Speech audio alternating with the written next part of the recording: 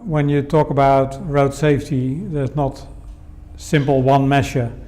It's always a combination of different measures. So on the one hand, you have to work on safer infrastructure, safer vehicles, and better behavior. So you cannot say do only one thing and then you believe you can solve the problem. That's not the case. It's always a combination of different factors at the same time. But it's proven that if you do that, if you take the right measures, you can make quite some progress. And Spain and Portugal, but also my country, the Netherlands, had made quite some progress. But I still believe that by applying all these different measures, we can still make further progress.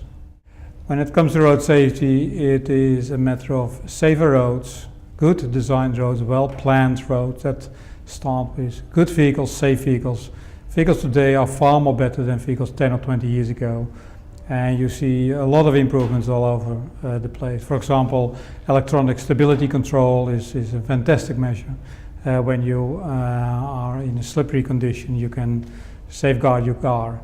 And you talk about safer behavior, less drinking and driving, well use of your seatbelt, and speeding. Hopefully that can be managed in the future as well.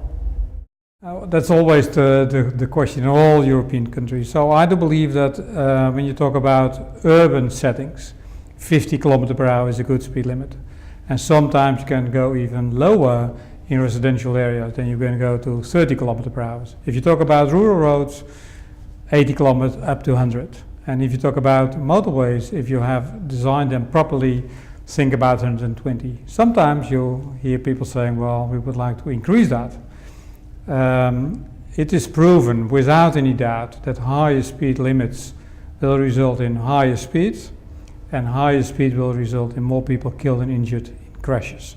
So that's the price you have to pay. If you choose that, then you have to pay that price. That's in my opinion a very good idea, because we know that novice drivers, even with very low BAC, blood alcohol content, have a higher risk.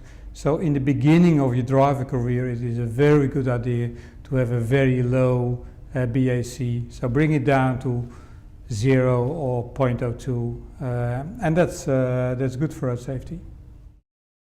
There's always a question, there's always lack of money. Whatever crisis you have, all countries have a lack of funding for everything. And that means that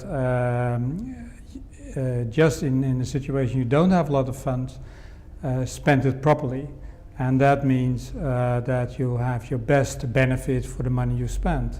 And there you have to take proper decisions on that. So in the field of road safety, it's not a matter of more money, but spending the available budgets better. And then you need good decision models. There's a lot of potential in these infrastructure, not adding money, but spending the money better. I'm afraid to say all the three are relevant. So better infrastructure, better vehicles, and also enforcement by the police is relevant. You cannot do it without one of those three.